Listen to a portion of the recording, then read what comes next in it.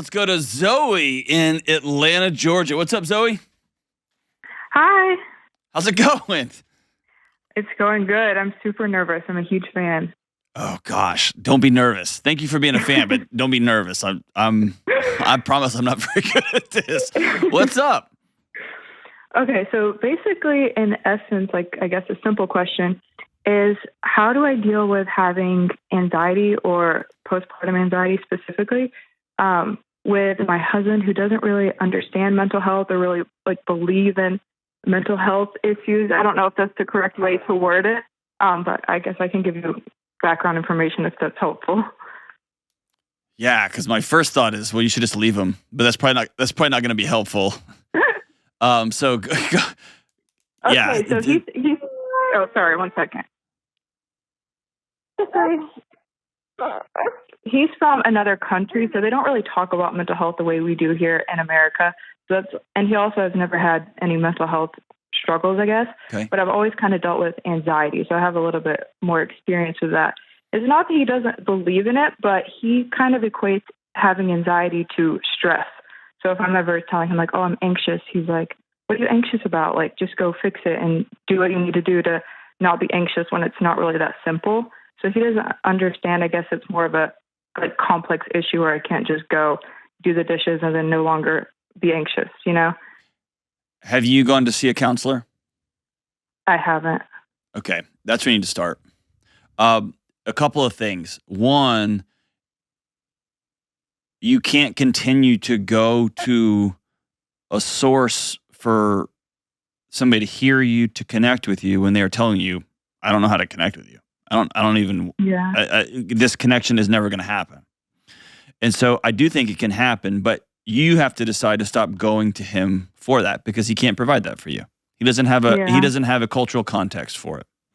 My hope would be someone who didn't have a cultural context could have a scientific context or have a professional context. And so I want you to go to a counselor and get some support and care there. And at some point, invite him to come with you. Okay. Do not do that at the beginning because you're going to have to do the work you need to do to heal the ecosystem that has given you this anxiety. And some of it if it's from before you were pregnant, it could be any number of things. If it's postpartum, then it could be any number of things. But you need to sit down and get that stuff worked out and begin, not worked out in a, you need to fix that. That's not what I'm talking about. Yeah. But you need to get some tools and get some insights into why your body is trying to protect you in that way, trying to take care of you in that way, and what alarm bells it's sounding. And then invite him in, and hopefully a professional who's got an ability to teach and inform can give him insights that he's not able to hear from you. Okay. That's helpful. But quit going back to him for it because he's not going to. Quit going back to him for it. He's not going to give it to you. Okay. And I just want to say he is like incredibly supportive and loving and all of that. It's just he doesn't understand, so he doesn't know how to like support me in that area and the way that I need to be, you know. So I think it is helpful probably for me to go seek. Well, and let me dig into that for a second. When you say he's not able to support me, what do you think you need when it comes to support? Sometimes I guess I just want him to be like, you know, I'm so sorry that you were struggling today, and kind of give me a hug and things like that. Like I was talking to him about it last week, and he was like, because he works from 10 a.m. until midnight, 5 days a week. So I'm basically a single mom 5 days a week. And so that can just add a lot of stress into my life. And so I was talking to him about that last week, and he was like, well, maybe you need to go get a hobby, like play tennis or something. And I was like, I mean, I'm lucky if I can shower for more than 3 minutes at this time, so I'm not really looking to go play tennis, you know? Yeah, but it sounds like a guy that, I'm not trying to give him a pass, but he's not going to be able to help meet your needs and support you in the ways that you need unless you are very explicit in how you teach him. Yeah. How would you recommend Just like this. My wife and I have had to come up with a whole different language because, like him, when she said she was struggling with something, I just solved it because I'm a genius and I know everything, Yeah. right? And come to find out, my wife is 10x smarter than me. She didn't need my advice. She needed me just to sit with her and listen and say, that sucks. Yeah. And so she taught me that by saying this: hey, I know you love me and I know you want to connect with me. And when you tell me just to go play tennis, that tells me you don't even have a clue as to what I'm working through. So can I teach you in real time how to love me better? And if he says no to that, then you'll have bigger issues. Like most men, he would say, oh God, please, anything, any sort of data would be helpful. Yeah. Because here's what I bet happens. I bet you reach out and you say, man, today was this, and the kid diarrheaed all over me and puked on me, and then we had a lunch date, and then it got canceled. And he responds with how he would deal with those situations.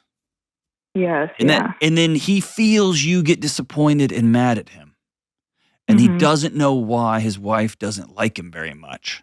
And you don't know why you can't just sit with me and be quiet. It's all of that. See what I'm saying? Yeah, that's perfect. And it's exactly what it is, where he tries to help, and he really does try to help, but he doesn't, like you said with your wife, he's more solution oriented. So he's like, well, what do we do? And sometimes it's not like there's nothing you can really do. I guess I just want support in that way. So and don't use words like support. Use words like, my wife will say this, and we've been married for almost 21 years. She will say, I just need you to sit by me and hold my hand while I tell you this. And that's a signal to me to be quiet.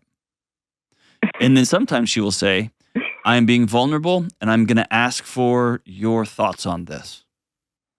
And I'm not going to lie. When she says those words, I want your thoughts, I get so fired up and excited that I can actually feel like I'm helping. Because I'm so insecure in my own presence that I think the only way I can help is by running my mouth, which isn't true. Yeah. But she taught me. Yeah. The same as in the morning, is her sacred private time. Like it's just such an important time. And so for years, I would wake up and I am bouncing off the walls at 5 a.m. And she is like a ghost coming out of a mist, like kind of slowly the molecules are finally coming together to form a human. And I'm like, hey, what's up? Ah! And so she had to teach me, hey, you're a lot in the morning. And I had to teach her, it really breaks my heart that you won't at least say good morning. And she says good morning every morning now. And it's awesome. We have a moment. And I'm quiet.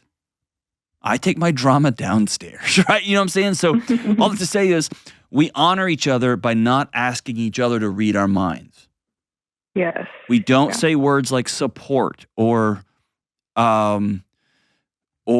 care for me or love me. I got to be specific, got to be explicit. Here's what I need. And then you got to be prepared for the vulnerability. Because if you tell him exactly what you need and he goes, nah, I'm not doing that, then you have to deal with the fact that you're married to a jerk. But most people just skip straight to jerk and they don't ever give their spouse or their boyfriend or girlfriend or whoever they love the opportunity to fully meet their needs because they don't say them out loud. Right. My guess is a lot of sense, if you will honor him by being very explicit about your needs, that he will meet those needs and begin to connect deeper with you, and your anxiety will slowly start to fade. Yeah, I really do think that is the case. He's very responsive whenever I do need anything from him. I think you're right. My problem was like thinking of support as just this general thing and not being specific about what I need. So I think that would be really helpful for us. That's awesome. And here's how I'd start the conversation. If I'm you, I would start with, I've been using these big amorphous words like support and care, and I've left you to guess and try to figure it out. And that's not cool. And so I'd like to love you and honor you by being specific. And so there's going to be two ways you can help me. One, I just need you to sit by me and listen. Ugh. Or sometimes I might ask you for your insights. And I'm going to ask you, please don't give me advice or your wisdom if I don't ask for it.